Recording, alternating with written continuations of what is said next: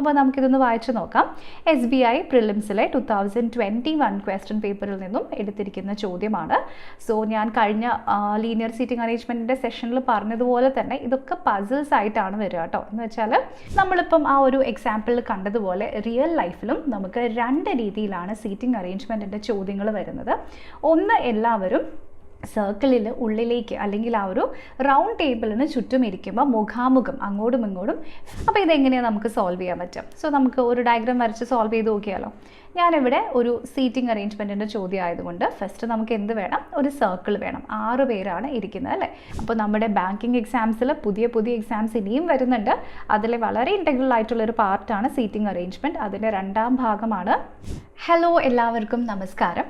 ഇപ്പോൾ നിങ്ങളുടെ സ്ക്രീനിൽ നിങ്ങൾ കാണുന്നത് പോലെ ഇതുപോലെ ഒരു വട്ടമേശ അല്ലെങ്കിൽ ഒരു റൗണ്ട് ടേബിളിന് ചുറ്റും പല ചെയേഴ്സ് തിരിച്ചും മറിച്ചും ഒക്കെ ഇരിക്കുന്ന രീതിയിലുള്ള പല ചോദ്യങ്ങളും നിങ്ങൾ കണ്ടിട്ടുണ്ടാവും അല്ലേ. അപ്പോൾ ഇങ്ങനെയുള്ള കേസിൽ ചില ആൾക്കാർ അങ്ങോട്ടും ഇങ്ങോട്ടും പുറം തിരിഞ്ഞിരിക്കുന്ന രീതിയിലുള്ള ചോദ്യങ്ങളും അല്ലെങ്കിൽ അവർ അങ്ങോട്ടും ഇങ്ങോട്ടും ഫേസ് ചെയ്യുന്ന രീതിയിലുള്ള ചോദ്യങ്ങളും ഒക്കെ ധാരാളം നമ്മൾ നമ്മുടെ ബാങ്കിങ് എക്സാംസിൽ കാണാറുണ്ട്. ഇപ്പോൾ ഞാനതിൻ്റെ ഒരു ചെറിയ എക്സാമ്പിളും ഇവിടെ തന്നിട്ടുണ്ട്. 2021 SBI പ്രിലിംസിൽ നിന്നും എടുത്തിരിക്കുന്ന ഒരു ചോദ്യമാണിത്. അപ്പോൾ ഇത് വായിച്ചു നോക്കുമ്പോൾ നിങ്ങൾക്കറിയാം ഞാനിവിടെ പറഞ്ഞു വരുന്നത് നമ്മുടെ സീറ്റിംഗ് അറേഞ്ച്മെൻറ്റിലെ സർക്കുലർ സീറ്റിംഗ് അറേഞ്ച്മെൻറ്റ് എന്ന ടോപ്പിക്കിനെ പറ്റിയിട്ടാണ്. ഓക്കെ, അപ്പോൾ ഇന്നത്തെ നമ്മുടെ വീഡിയോയിൽ എന്താണ് സർക്കുലർ സീറ്റിംഗ് അറേഞ്ച്മെൻറ്റ്, ഇതിൽ നിന്ന് വരുന്ന ചോദ്യങ്ങൾ നമുക്ക് എങ്ങനെയാണ് എളുപ്പത്തിൽ സോൾവ് ചെയ്യാനായിട്ട് പറ്റുക തുടങ്ങിയിട്ടുള്ള എല്ലാ കാര്യങ്ങളും നമ്മൾ ഡിസ്കസ് ചെയ്യുന്നതായിരിക്കും. സോ അപ്പോൾ എല്ലാവർക്കും നമ്മുടെ ഇന്നത്തെ സെഷനിലേക്ക് സ്വാഗതം. നമ്മൾ ഇന്ന് സീറ്റിംഗ് അറേഞ്ച്മെൻറ്റിൻ്റെ സർക്കുലർ സീറ്റിംഗ് അറേഞ്ച്മെൻ്റ് ആണ് ഇന്നത്തെ ക്ലാസ്സിൽ നമ്മൾ ബാങ്ക് എക്സാംസിന് വേണ്ടി പഠിക്കുന്നത്. ഓക്കെ, അപ്പോൾ ഇതിന് മുൻപ് നമ്മൾ സീറ്റിംഗ് അറേഞ്ച്മെൻറ്റിൻ്റെ ലീനിയർ സീറ്റിംഗ് അറേഞ്ച്മെൻറ്റ് ഇതിന് മുമ്പത്തെ ഒരു സെഷനിൽ പഠിച്ചിട്ടുണ്ടായിരുന്നു. അതിലും നമ്മൾ കണ്ടിട്ടുണ്ടായിരുന്നു സീറ്റിംഗ് അറേഞ്ച്മെൻറ്റിൽ സാധാരണ പല തരത്തിലുള്ള ചോദ്യങ്ങൾ ചോദിക്കാറുണ്ട്. അതിൽ രണ്ടാമത്തെ ടൈപ്പാണ് നമ്മുടെ സർക്കുലർ സീറ്റിംഗ് അറേഞ്ച്മെൻറ്റ് എന്ന് പറയുന്നത്. സോ നമ്മളിപ്പം ആ ഒരു എക്സാമ്പിളിൽ കണ്ടതുപോലെ റിയൽ ലൈഫിലും നമുക്ക് രണ്ട് രീതിയിലാണ് സീറ്റിംഗ് അറേഞ്ച്മെൻറ്റിൻ്റെ ചോദ്യങ്ങൾ വരുന്നത്. ഒന്ന്, എല്ലാവരും സർക്കിളിൽ ഉള്ളിലേക്ക് അല്ലെങ്കിൽ ആ ഒരു റൗണ്ട് ടേബിളിന് ചുറ്റും ഇരിക്കുമ്പോൾ മുഖാമുഖം അങ്ങോട്ടും ഇങ്ങോട്ടും ഫേസ് ചെയ്തിരിക്കുന്ന രീതിയിലുള്ള ചോദ്യങ്ങളും, അടുത്തത് അവർ പുറം തിരിഞ്ഞ് ഫേസ് ചെയ്യാതെ ഇരിക്കുന്ന രീതിയിലുള്ള ചോദ്യങ്ങളുമാണ് നമുക്ക് സാധാരണ ഈ ഒരു ടോപ്പിക്കിൽ നിന്നും കിട്ടാറുള്ളത്. അപ്പോൾ അതിൻ്റെ റിയൽ ലൈഫ് എക്സാമ്പിൾസ് നമ്മൾ നോക്കിയാലോ. ഇപ്പം ഇവിടെ നിങ്ങൾ കാണുന്നത് പോലെ കുറേ ആൾക്കാർ ഒരു റൗണ്ട് ടേബിളിന് ചുറ്റും ഇരുന്ന് ചീട്ട് കളിക്കുന്നത് അല്ലെങ്കിൽ കാർഡ്സ് കളിക്കുന്നത് നിങ്ങൾക്ക് കാണാൻ പറ്റുക അല്ലേ. അല്ലെങ്കിൽ എന്തെങ്കിലും ഒരു പസിൽ ഫില്ല് ചെയ്യാനോ ഒരു ഡിസ്കഷനോ ഒക്കെ സാധാരണ എല്ലാവരും ഒരു ടേബിളിന് ചുറ്റും അങ്ങോട്ടും ഇങ്ങോട്ടും ഫേസ് ചെയ്തിട്ടായിരിക്കും ഇരിക്കുക. ഇനി അതേസമയം ഇപ്പോൾ നിങ്ങൾ കാണുന്നത് പോലെ ഒരു മ്യൂസിക്കൽ ചെയർ, നമ്മൾ കസേര കളി എന്നൊക്കെ പറയും, ഇങ്ങനെയൊരു ഗെയിമിൽ ആൾക്കാർ ഒരു വട്ടം ഷേപ്പിൽ അല്ലെ ഒരു വൃത്താകൃതിയിൽ കസേരകൾ ചുറ്റും ഇങ്ങനെ അറേഞ്ച് ചെയ്തിട്ടുണ്ടായിരിക്കും. പക്ഷേ അവിടെ ആരും തന്നെ അങ്ങോട്ടും ഇങ്ങോട്ടും ഫേസ് ചെയ്തായിരിക്കില്ല ഇരിക്കുക, എല്ലാവരും പുറം തിരിഞ്ഞായിരിക്കും ഇരിക്കും. ഓക്കെ, അപ്പോൾ ഈ രണ്ട് രീതിയിലുള്ള ചോദ്യങ്ങളാണ് സർക്കുലർ സീറ്റിംഗ് അറേഞ്ച്മെൻറ്റിൽ നിന്നും നമുക്ക് ധാരാളമായിട്ട് പല ബാങ്ക് എക്സാംസിലും കാണാറുള്ളത്. അപ്പോൾ ഇതിൽ അങ്ങോട്ടും ഇങ്ങോട്ടും ഫേസ് ചെയ്തിരിക്കുന്നതും പുറം തിരിഞ്ഞിരിക്കുന്നതും ഒക്കെ നമുക്ക് ഒരേ വെയിറ്റേജിൽ തന്നെ കാണാറുണ്ട്. രണ്ട് രീതിയിലും നമുക്ക് ക്വസ്റ്റ്യൻസ് വരാറുണ്ട്. ഇനി ഇത് രണ്ടും കൂടാതെ ഇതിൻ്റെ മിക്സ് ആയിട്ട് വരുന്നത് ക്വസ്റ്റ്യൻസും നമ്മൾ കണ്ടിട്ടുണ്ട്. അപ്പോൾ നമ്മുടെ ഇന്നത്തെ ക്ലാസ്സിൽ നമ്മളിത് പഠിക്കുമ്പോൾ നമ്മൾ ഫസ്റ്റ് അറിഞ്ഞിരിക്കേണ്ടത് ഈ തന്നിരിക്കുന്ന ഇതുപോലെയുള്ള ചോദ്യങ്ങൾ സോൾവ് ചെയ്യാൻ വേണ്ടി ഇതിൻ്റെ ഡയഗ്രാം എങ്ങനെ വരയ്ക്കാം എന്നുള്ളതാണ്. സോ ലീനിയർ സീറ്റിംഗ് അറേഞ്ച്മെൻറ്റിൽ നമ്മൾ പറഞ്ഞിട്ടുണ്ടായിരുന്നു, ഇപ്പം കുറേ ആൾക്കാർ നോർത്തിലേക്ക് ഫേസ് ചെയ്തുകൊണ്ടിരിക്കുകയാണെങ്കിൽ അവരുടെ ലെഫ്റ്റും റൈറ്റും നമ്മുടെ ലെഫ്റ്റും റൈറ്റും ആണ്. അവരുടെ ഇനി അവർ സൗത്തിലേക്കാണ് ഫേസ് ചെയ്യുന്നതെങ്കിൽ അവരുടെ ലെഫ്റ്റും റൈറ്റും നമ്മുടെ ഇതിൻ്റെ ഓപ്പോസിറ്റ് ആണ് എന്നൊക്കെ അല്ലേ. അപ്പോൾ ഇവിടെയും നമ്മൾ അതുപോലെയുള്ള ഡയഗ്രാംസ് മാത്രമാണ് യൂസ് ചെയ്യുന്നത്. സോ തന്നിരിക്കുന്ന ചോദ്യത്തിലുള്ള ആൾക്കാരെല്ലാം ആ ഒരു സർക്കിളിന് ചുറ്റും അങ്ങോട്ടും ഇങ്ങോട്ടും ഫേസ് ചെയ്തുകൊണ്ട്, അല്ലെങ്കിൽ നിങ്ങളുടെ ചോദ്യത്തിൽ ഫേസിങ് ടുവേർഡ്സ് ദ സെൻറ്റർ എന്ന് പറഞ്ഞിട്ടുണ്ടെങ്കിൽ നിങ്ങൾ ഇതുപോലെയുള്ള ഡയഗ്രാമാണ് വരയ്ക്കേണ്ടത്. അപ്പോൾ അതിൻ്റെ പ്രത്യേകത എന്താണ്? ഇവിടെ നിങ്ങൾ ആദ്യം ഒരു സർക്കിൾ വരയ്ക്കുക. എത്ര പേരുണ്ടോ അവരെ എല്ലാവരെയും തന്നെ ഉള്ളിലേക്ക് പോയിന്റ് ചെയ്യുന്ന ആരോസ് കൊണ്ട് വേണം നിങ്ങൾ റെപ്രസെൻറ്റ് ചെയ്യാൻ. ഓക്കെ, ഇനി അതേസമയം നിങ്ങളുടെ ചോദ്യത്തിൽ തന്നിരിക്കുന്ന ആൾക്കാർ സർക്കിളിന് പുറത്തേക്ക് നോക്കി നിൽക്കുന്നു, അല്ലെങ്കിൽ അവർ facing away from the centre എന്നാണ് നിങ്ങളുടെ ചോദ്യത്തിൽ വരുന്നതെങ്കിൽ ഇതേ ഡയഗ്രാമിൽ തന്നെ ഒരു ചെറിയ മാറ്റം നമ്മൾ വരുത്തിയാൽ മതി. ഇതുപോലെ സർക്കിളിലിരിക്കുന്ന ആൾക്കാരെല്ലാവരും facing away from the centre ആകുമ്പോൾ നിങ്ങൾ പുറത്തേക്ക് പോയിന്റ് ചെയ്യുന്ന ആരോ മാർക്കുകൾ യൂസ് ചെയ്യാം. ഓക്കെ, അപ്പോൾ ഇത് രണ്ടുമാണ് പ്രധാനമായിട്ടും വരുന്ന ഒരു കാര്യം. പിന്നെ നമ്മൾ ഇവിടെ ശ്രദ്ധിക്കേണ്ടത്, നമ്മൾ നോർത്തിലും സൗത്തിലും ഫേസ് ചെയ്യുന്ന സമയത്ത് ലെഫ്റ്റും റൈറ്റും പറഞ്ഞു അല്ലേ. അപ്പോൾ അതേപോലെ തന്നെ ലെഫ്റ്റും റൈറ്റും ഈ വരുന്ന ക്വസ്റ്റ്യൻസിലും ഉണ്ടാകും. പക്ഷെ അതിൽ നിങ്ങൾ ശ്രദ്ധിക്കേണ്ടത്, അത് ഒരാൾ നോർത്തിലേക്കോ സൗത്തിലേക്കോ ഫേസ് ചെയ്യുന്നു എന്നതിനനുസരിച്ചിട്ടല്ല ഇവിടെ ലെഫ്റ്റും റൈറ്റും വരുന്നത്. ഒരാൾ ഏത് പൊസിഷനിലിരിക്കുന്നു അയാളുടെ പൊസിഷനിൽ നിന്നും, അതായത് റെസ്പെക്റ്റീവ് ഓഫ് ഹിസ് പൊസിഷൻ ആണ് നമ്മൾ ലെഫ്റ്റും റൈറ്റും ഇവിടെ കണ്ടെത്തേണ്ടത്. ഓക്കെ, ഫോർ എക്സാമ്പിൾ ഇവിടെ എ ഇരിക്കുകയാണ്. അപ്പോൾ എ ഇപ്പോൾ ഫേസ് ചെയ്യുന്നത് എങ്ങോട്ടാണ്? എ ഫേസ് ചെയ്യുന്നത് നോർത്തിലേക്കാണ്. സോ എയുടെ ലെഫ്റ്റും റൈറ്റും ഇവിടെയായിരിക്കും വരിക. ഓക്കെ, അതേസമയം അടുത്ത ക്വസ്റ്റ്യനിൽ എ ഇവിടെ തന്നെ ഇരിക്കുന്നു, പക്ഷേ എ ഇപ്പോൾ ഫേസ് ചെയ്യുന്നത് സൗത്തിലേക്കാണ് അല്ലേ. അങ്ങനെയെങ്കിൽ എയുടെ ലെഫ്റ്റും റൈറ്റും നമ്മുടെ ലെഫ്റ്റും റൈറ്റും ആയിരിക്കും? ഇല്ല, നേരെ തിരിഞ്ഞിട്ടായിരിക്കും. സോ എയുടെ ലെഫ്റ്റ് നേരെ ഇവിടെയും റൈറ്റ് ഇവിടെയായിരിക്കും വരും. ഓക്കെ, അപ്പോൾ ഓരോരുത്തരും എങ്ങോട്ടാണോ തിരിഞ്ഞിരിക്കുന്നത് അതിനനുസരിച്ചിട്ടാണ് നമുക്കിവിടെ ലെഫ്റ്റും റൈറ്റും തീരുമാനിക്കപ്പെടുന്നത്. അല്ലാതെ നോർത്ത് സൗത്ത് അല്ലെങ്കിൽ ഒരു ഡിറക്ഷൻ വെച്ചിട്ട് നമ്മളിവിടെ നോക്കേണ്ട കാര്യമില്ല. അവരിയ്ക്കുന്ന സ്ഥലത്ത് നിങ്ങളെ തന്നെ അവിടെ ജസ്റ്റ് ഒന്ന് പ്ലേസ് ചെയ്ത് നോക്കുക. അപ്പോൾ നിങ്ങൾക്ക് കുറച്ചും കൂടെ ബെറ്ററായിട്ട് ഏതാണ് ലെഫ്റ്റും റൈറ്റും എന്ന് കൺഫ്യൂഷൻ ഇല്ലാതെ മനസ്സിലാക്കാൻ പറ്റും. ഓക്കെ, ഇത്രയും ക്ലിയർ ആയല്ലോ. അപ്പോൾ ലെഫ്റ്റും റൈറ്റും എന്താണെന്ന് പറഞ്ഞു. പക്ഷേ ചില കേസിൽ ചില ക്വസ്റ്റ്യൻസിലെങ്കിലും ലെഫ്റ്റിനും റൈറ്റിനും പകരം ക്ലോക്ക് വൈസും ആൻറ്റി ക്ലോക്ക് വൈസും ഇങ്ങനെ ടേംസ് തരാറുണ്ട്. അപ്പോൾ എന്താണ് ക്ലോക്ക് വൈസ്, എന്താണ് ആൻറ്റി ക്ലോക്ക് വൈസ് എന്ന് മനസ്സിലായില്ലെങ്കിൽ നമുക്ക് ഭയങ്കര കൺഫ്യൂഷൻ ആയി പോകും അല്ലേ. അപ്പോൾ എപ്പോഴും ശ്രദ്ധിക്കുക, നമ്മുടെ ക്ലോക്ക് മൂവ് ചെയ്യുന്ന അതേ ദിശ, അതിനെയാണ് നമ്മൾ ക്ലോക്ക് വൈസ് ഡിറക്ഷൻ എന്ന് പറയുന്നത്. ഓക്കെ, ലോകത്തിലെ എല്ലാ ക്ലോക്കുകളും ഇങ്ങനെയാണ് മൂവ് ചെയ്യുന്നത് അല്ലേ. സോ അപ്പോൾ ഇതിനെ നമ്മൾ ക്ലോക്ക് വൈസ് ഡിറക്ഷൻ എന്ന് പറയും. നേരെ തിരിഞ്ഞ് ക്ലോക്കിന് വിപരീതമായിട്ട് പോകുന്ന അല്ലെങ്കിൽ എതിർ ഘടികാര ദിശ എന്നൊക്കെ നമ്മൾ മലയാളത്തിൽ പറയും.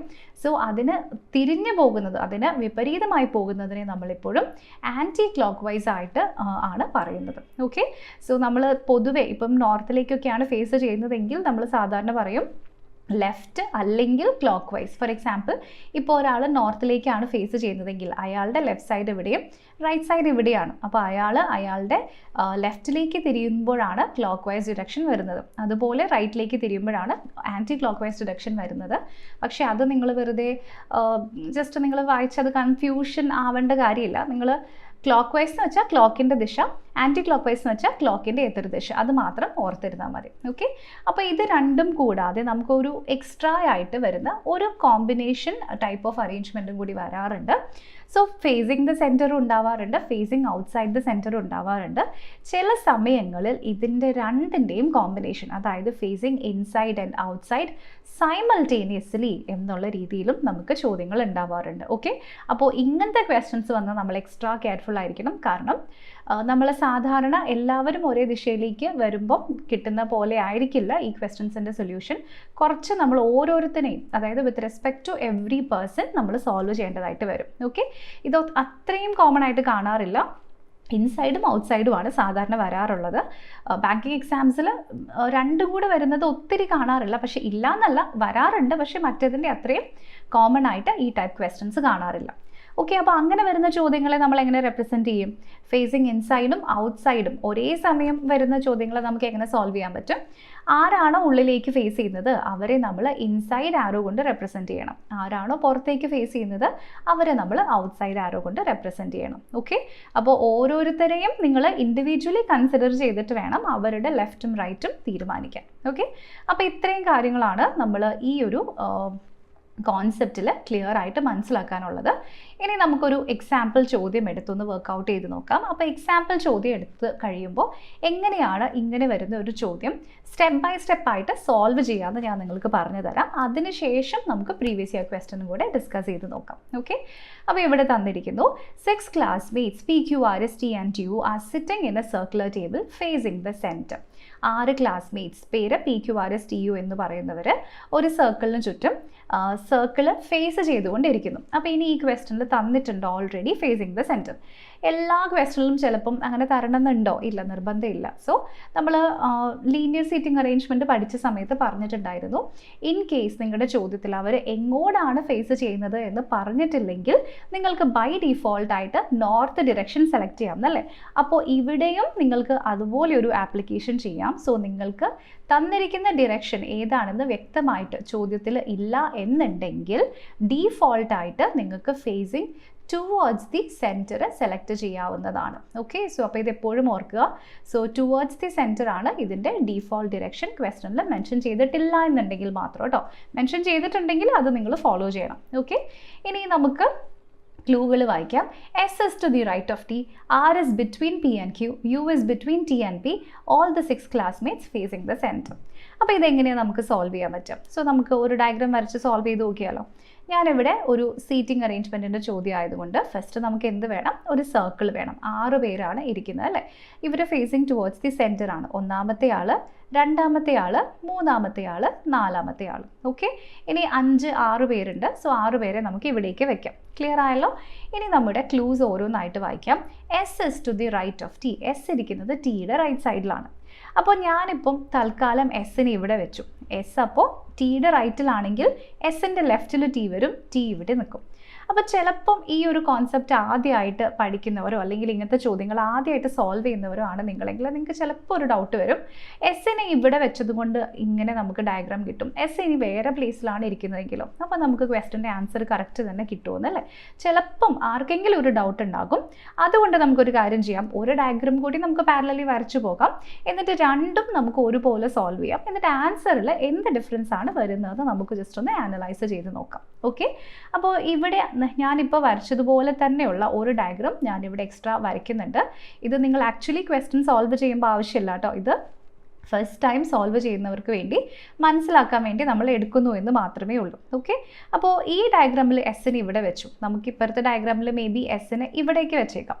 അപ്പോൾ ഇപ്പോൾ തന്നിരിക്കുന്നു S is to the right of T, ടിയുടെ റൈറ്റ് സൈഡിലാണ്. അപ്പോൾ ഈ ഡയഗ്രാമിൽ ടീനെ നമുക്ക് ഇവിടെ കീപ്പ് ചെയ്യാം. ഓക്കെ, അടുത്തതിൽ പറയണു R is between P and Q. So R പിൻ്റെയും ക്യൂവിൻ്റെയും നടുക്കാണ്. സോ മിക്കവാറും പി ആർ ക്യൂ അല്ലെങ്കിൽ ക്യൂ ആർ പി, ഇതിലേതെങ്കിലും ഒന്നായിരിക്കണം വന്നിട്ടുണ്ടാവേണ്ടത്. അടുത്തതിൽ പറയണു U is between T and P, U ടീൻ്റെയും പിൻ്റെയും നടുവിലാണ്. സോ ഇവിടെ ടീൻ്റെ ഇപ്പുറത്ത് ഓൾറെഡി എസ് ഉണ്ട്. അപ്പോൾ പിന്നെ യു ഇവിടെയും പി ഇവിടെയുമാണ് വരിക. ഇവിടെ വീണ്ടും ടിയുടെ ഇപ്പുറത്തെ സൈഡിൽ എസ് ഉണ്ട്. സോ യു ഇവിടെയും പി ഇവിടെയുമാണ് വേണ്ടത്. U is between T and P. Next നമുക്ക് പി ആർ ക്യൂ ആണോ ക്യൂ ആർ പി ആണോ എന്ന് എടുക്കാം. സോ പി കഴിഞ്ഞ് തൊട്ടിപ്പുറത്ത് ആറ് വേണം, ആറ് വരണം അല്ലേ. സോ ആറിന് ഇവിടെയും ക്യൂവിന് ഇവിടെയും വെക്കാം. ഇവിടെ വീണ്ടും പി കഴിഞ്ഞിട്ട് ആറും അതിനുശേഷം ക്യൂവും. നമുക്ക് 2 ഡയഗ്രാം കിട്ടിയിട്ടുണ്ട്. രണ്ടിലും ഇവരുടെ എസിൻ്റെ പൊസിഷൻ, ഓരോരുത്തരുടെയും പൊസിഷൻ വ്യത്യാസമുണ്ട്. ഇപ്പം ആദ്യത്തെ ഡയഗ്രാമിൽ യു ഇവിടെയാണ്, രണ്ടാമത്തെ ഡയഗ്രാമിൽ യു ഇവിടെ അല്ല, യു ദാ നേരെ ഇപ്പുറത്തെ സൈഡിലാണ്, നിങ്ങൾക്ക് കാണാൻ പറ്റും. ഓക്കെ, ഇനി നമ്മുടെ ചോദ്യത്തിലേക്ക് വരാം. Who is immediate left of S, എസിൻ്റെ തൊട്ട് ഇടത് ഭാഗത്ത് ഇരിക്കുന്നത് ആരാണ്? ഇതാണ് നിങ്ങളുടെ ക്വസ്റ്റ്യൻ. ഓക്കെ, അപ്പോൾ ഇവിടെ നമുക്ക് ഓൾറെഡി അറിയാം S is to the right of T. So നമുക്ക് ഈ ചോദ്യത്തിൻ്റെ ആൻസറിൽ ഇവിടെ S is to the right of T ആയതുകൊണ്ട് എസിൻ്റെ ഇടത് ഭാഗത്ത് ഇരിക്കുന്നത് ടി ആണെന്ന് മനസ്സിലാക്കാം. അതേപോലെ തന്നെ ഇവിടെ നിങ്ങൾക്ക് ഈ ഒരു ക്വസ്റ്റ്യൻ്റെ ആൻസറിലും ഇവിടെ തന്നെ കാണാനായിട്ട് പറ്റും. ഓക്കെ, അപ്പോൾ ഈ 2 ചോദ്യത്തിൻ്റെയും ആൻസർ നമുക്ക് ഇവിടെ ഈസിലി നമ്മുടെ ഡയഗ്രാം വരയ്ക്കാതെ തന്നെ വേണമെങ്കിൽ ഈ ക്വസ്റ്റ്യൻ ആൻസർ ചെയ്യാനായിട്ട് പറ്റും. എന്നാൽ ഇതേ ഡയഗ്രാമിൽ നിന്നും വരുന്ന അടുത്ത ചോദ്യം നമുക്ക് എങ്ങനെയാണ് സോൾവ് ചെയ്യാൻ പറ്റുക എന്ന് നോക്കാം. അപ്പോൾ ഇതാണ് നമ്മുടെ അടുത്ത ചോദ്യം.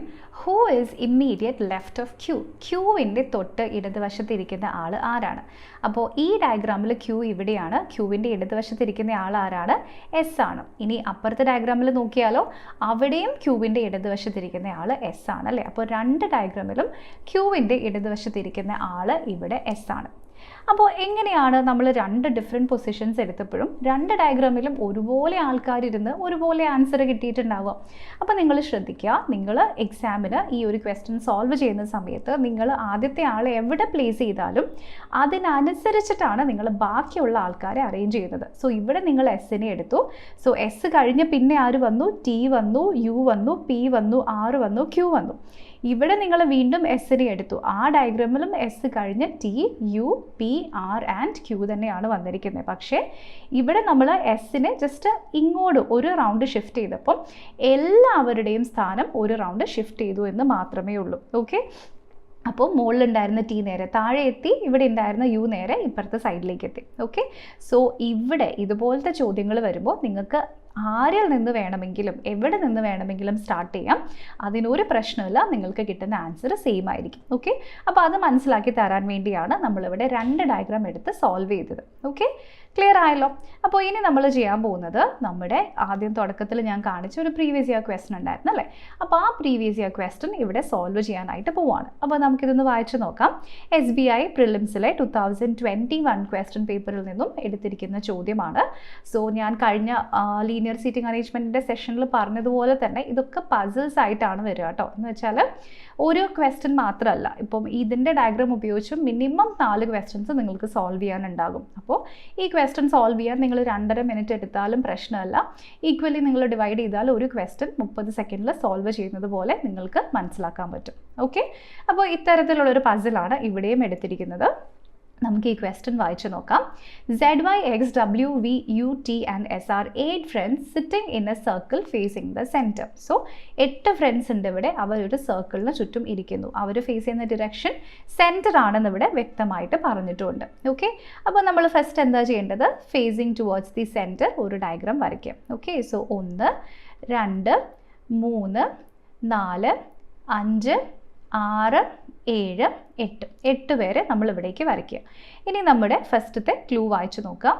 U is on the immediate right of W while Y is on the left of V. Z is neither opposite to X nor S. Z is not the neighbor of S. V and S are sitting adjacent to X. ഇതൊക്കെയാണ് നമുക്ക് തന്നിരിക്കുന്നത് അല്ലേ? So first നമുക്ക് തന്നിരിക്കുന്ന clue എന്താണ്? U is on the immediate right of W. അപ്പോൾ W എവിടെയാണോ, Wനെ ഞാൻ ഇവിടെ എടുത്താൽ അതിൻ്റെ തൊട്ട് വലത് ഭാഗത്താണ് U. സോ തൊട്ട് വലത് ഭാഗം ഇവിടെയാണ്. Uവിനെ നമുക്ക് ഇവിടെ കീപ്പ് ചെയ്യാം. നെക്സ്റ്റ് പറയണു Y is on the left of V. So Y ഇരിക്കുന്നത് വിയുടെ ലെഫ്റ്റ് സൈഡിലാണ്. അപ്പോൾ ഇവിടെ വി ആണെങ്കിൽ ലെഫ്റ്റ് സൈഡിലാണ് നമ്മുടെ വൈ ഇരിക്കുന്നുണ്ടാവുക.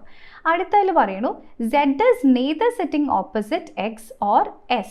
Z ഇരിക്കുന്നത് എക്സിൻ്റെ ഓപ്പോസിറ്റും അല്ല, അതുപോലെ തന്നെ എസിൻ്റെ ഓപ്പോസിറ്റും അല്ല. ഓക്കെ, അപ്പോൾ ഇവിടെ രണ്ടുപേരും ഇരിക്കാമെന്ന് വിചാരിക്കാം. എന്ന് വെച്ചിട്ടുണ്ടെങ്കിൽ ഇതിൻ്റെ ഓപ്പോസിറ്റ് എക്സും വരാൻ പാടില്ല, സെഡും വരാൻ പാടില്ല. പിന്നെ വേറെ ആരൊക്കെയുണ്ട്? അപ്പോൾ വേറെ ഈ എക്സിനെയും സെഡിനെയും എവിടെയാണ് നമുക്ക് ഇതുവരെ കീപ്പ് ചെയ്യാൻ പറ്റിയിട്ടില്ല. Also Z is not the neighbor of S. എസിൻ്റെ അടുത്തും വരാൻ പാടില്ല. ഇത് നെക്സ്റ്റ് പറഞ്ഞിരിക്കുന്നു. അടുത്തതിൽ പറയുന്നു V and S are sitting adjacent to X. അപ്പോൾ അതിൻ്റെ അർത്ഥം V കഴിഞ്ഞിട്ട് പിന്നെ ഒരു എക്സ് കഴിഞ്ഞിട്ടാണ് ഇവിടെ എസ് ഇരിക്കുന്നത്. ഓക്കെ, സോ ഒന്നുകിൽ വി എക്സ് എസ് എന്ന് വരാം, അല്ലെങ്കിൽ പിന്നെ നമുക്ക് എസ് എക്സ് ആൻഡ് വി എന്ന് വരാം. ഇതിൽ ഏത് വേണമെങ്കിലും വരാം. പക്ഷെ നേരത്തെ പറഞ്ഞിട്ടുണ്ട് ഇവിടെ ലെഫ്റ്റ് സൈഡിൽ ഇരിക്കുന്ന ആൾ ആരാണ്? വൈ ആണ് അല്ലേ? അപ്പോൾ അതിൻ്റെ അർത്ഥം ഈ ഓർഡർ തെറ്റാണ്. ഇവിടെ ഫസ്റ്റ് വൈ വരും, പിന്നെ വി വരും, എക്സും പിന്നെ എസും വരും. 4 പേര് ഒരുമിച്ചിരിക്കണം. ക്ലിയർ ആയല്ലോ എല്ലാവർക്കും? അപ്പോൾ 4 പേരെ ഒരുമിച്ചിരുത്തണമെങ്കിൽ ഇവിടെ എങ്ങനെ വേണമെങ്കിലും നമുക്ക് ഇരുത്താം, കുഴപ്പമില്ല. പക്ഷേ ഇവിടെ പ്രശ്നം എന്താണെന്ന് വെച്ചാൽ ഈ എസ് ഇവരുടെ രണ്ടിൻ്റെ അടുത്തിരിക്കാൻ പാടില്ല. അപ്പോൾ എസിൻ്റെ ഈ സൈഡിൽ നമ്മുടെ സെഡ് വരാൻ പാടില്ല അല്ലേ? അപ്പോൾ പിന്നെ സെഡിനെ എവിടെ വെക്കണം? ഇവിടെ ആകെ എത്ര പേരുണ്ട്? 1, 2, 3, 4, 5, 6 സ്പേസസ് ആണുള്ളത്. 4 ഓൾറെഡി ഫില്ലായി. അപ്പോൾ 2 സ്പേസും കൂടി ഉണ്ട്. ഇതിൻ്റെ ഈ സൈഡിൽ സെഡ് വരാൻ പറ്റില്ല. ബാക്ക് സൈഡിൽ നമുക്ക് ഇവിടെ സെഡ് വരാൻ പറ്റുമോ? ഇല്ല. കാരണം ഇവിടെ സെഡ് വന്നിട്ടുണ്ടെങ്കിൽ നമ്മുടെ ഇവിടെ വൈ വി എക്സ് വരുമ്പം അത് ഡയഗണലി ഓപ്പോസിറ്റ് ആകും. ഡയഗണലി ഓപ്പോസിറ്റ് അല്ല എന്ന് ക്ലിയർലി പറഞ്ഞിട്ടുണ്ട്.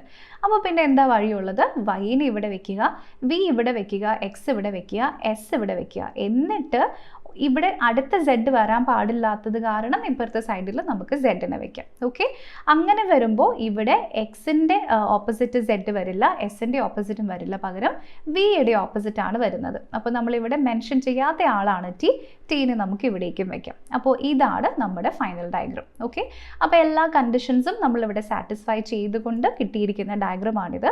ഇനി നമുക്ക് ചെയ്യാനുള്ളത് വളരെ സിമ്പിളാണ്. നമ്മുടെ പസിലിൽ ക്വസ്റ്റ്യൻസ് ഉണ്ട്, അത് മാത്രം ആൻസർ ചെയ്യുക, അത് മാത്രമേ ഉള്ളൂ ഇനി പണി. ഓക്കെ, അപ്പോൾ ഫസ്റ്റത്തെ ചോദ്യം, which of the following is wrong? ഈ തന്നിരിക്കുന്നതിൽ ഏതാണ് തെറ്റ്? ഒന്ന്, U is to the left of T.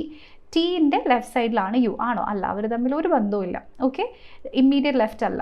Z is to the left of immediate left of W. Z ഇരിക്കുന്നത് ഡബ്ല്യുവിൻ്റെ ഇമ്മീഡിയറ്റ് ലെഫ്റ്റ് ആണോ? അല്ല, ഇത് ഡബ്ല്യുവിൻ്റെ ഇമ്മീഡിയറ്റ് റൈറ്റ് ആണ് അല്ലേ? അപ്പോൾ ഇതും തെറ്റ്. S and W are sitting opposite with each other. എസും ഡബ്ല്യുവും ഓപ്പോസിറ്റ് ആണോ? അല്ല, എസും യുവുമാണ് ഓപ്പോസിറ്റ് വരുന്നത്. അപ്പോൾ ഇതും തെറ്റ്. അപ്പോൾ ഈ ക്വസ്റ്റനിൽ 3 സ്റ്റേറ്റ്മെൻറ്റ്സ് ഉണ്ട്, 3ഉം തെറ്റാണ്. അപ്പോൾ നമ്മുടെ ചോദ്യം വിച്ച് ഇസ് റോങ് എന്നാണ്. ഓൾ 3 ആർ റോങ് എന്ന് പറയുന്നതായിരിക്കും അപ്പോൾ ഈ ക്വസ്റ്റൻ്റെ കറക്റ്റ് ആൻസർ ആയിട്ട് വരുന്നത്. ക്ലിയർ ആയല്ലോ? അടുത്ത ചോദ്യം, which of the following are 2 pairs of adjacent members? അടുത്തടുത്ത് നിൽക്കുന്ന ആൾക്കാർ ആരൊക്കെയാണ്? Z U Y X. Z U Y X ഉണ്ടോ? ഇല്ല, സെഡ് യു അടുത്തടുത്തല്ല, അപ്പോൾ വൈ എക്സിനെ നോക്കണ്ട. ഇനി അടുത്തത് U S Y T. U S Y T, യുവും എസും അടുത്തടുത്താണോ? അല്ല, അപ്പോൾ വൈ ടീനെ നോക്കണ്ട. ഇനി സെഡ് ടി എക്സ് വി.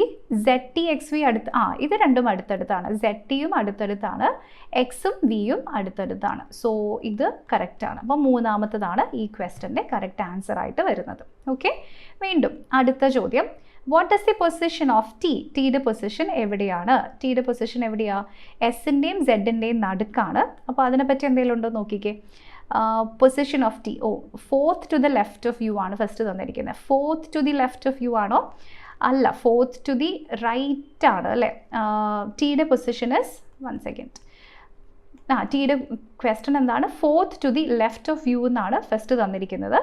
അപ്പോൾ നമുക്കത് ജസ്റ്റ് ഒന്ന് നോക്കാം. ഫോർത്ത് ടു ദി അല്ല, third to the left of U ആണ്. ഫോർത്ത് ടു ദി ലെഫ്റ്റ് ഇവിടെ എസ് ആണ് വരുന്നത്. അപ്പോൾ ഒന്നാമത്തത് ഇവിടെ തെറ്റ്. Third to the left of Y അല്ല, third to the left of Y അല്ല, third to the left of U തന്നെയാണ് തെറ്റ്. Third to the right of Y. വൈയുടെ തേർഡ് ടു ദി റൈറ്റ് ആണോ? അല്ല, ഓപ്പോസിറ്റ് ആണ്, ഡയഗണലി ഓപ്പോസിറ്റ് ആണ്, തെറ്റ്. Second to the left of W. Second to the left of W ആണോ? നമുക്ക് അത് കറക്റ്റ് ആണ് അല്ലേ? സോ ഡബ്ല്യുവിൽ നിന്നും സെക്കൻഡ് ടു ദി ലെഫ്റ്റ് ആണ് നമ്മുടെ വന്നിരിക്കുന്നത്. ക്ലിയർ ആയല്ലോ എല്ലാവർക്കും? ഓക്കെ, അപ്പോൾ ഈ ചോദ്യത്തിൻ്റെ ശരിയുത്തരം ഏതാണ്? ഈ ക്വസ്റ്റൻ്റെ കറക്റ്റ് ആൻസർ ആയിട്ട് ഡബ്ല്യു നിൽക്കുന്നത് സെക്കൻഡ് ടു ദി റൈറ്റ് എന്ന് പറയുന്നതാണ് കറക്റ്റ് ആൻസർ ആയിട്ട് വരും. ഞാനിവിടെ എന്തോ ഒരു R എഴുതിയിട്ടുണ്ട്. ഇത് റൈറ്റ് സൈഡ് അല്ല കേട്ടോ, എന്തായാലും ലെഫ്റ്റ് സൈഡാണ്. ഡബ്ല്യുവിൻ്റെ സെഡിൻ്റെ റൈറ്റ് എന്നായിരിക്കും ഉദ്ദേശിച്ചത്, എന്തായാലും കുഴപ്പമില്ല.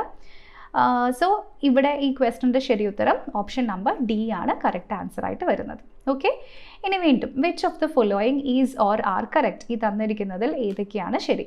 W is third to the left of V. W വിൻ്റെ തേർഡ് ടു ദി ലെഫ്റ്റ് ആണോ ഇരിക്കുന്നത്? ആദ്യത്തെ ചോദ്യം. W third to the left of V ആണോ? യെസ്, കറക്റ്റ് ആണ്. 1 2 3. അപ്പോൾ ഒന്നാമത്തെ സ്റ്റേറ്റ്മെൻറ്റ് ഇവിടെ ശരിയാണ്. W is fifth to the right of V. വിയുടെ ഫിഫ്ത്ത് ടു ദി റൈറ്റ് ആണ്. 1 2 3 4. അതും കറക്റ്റ് തന്നെയാണ് അല്ലേ? 1 2 3 4 5. അതും ഇവിടെ ശരിയാണ്.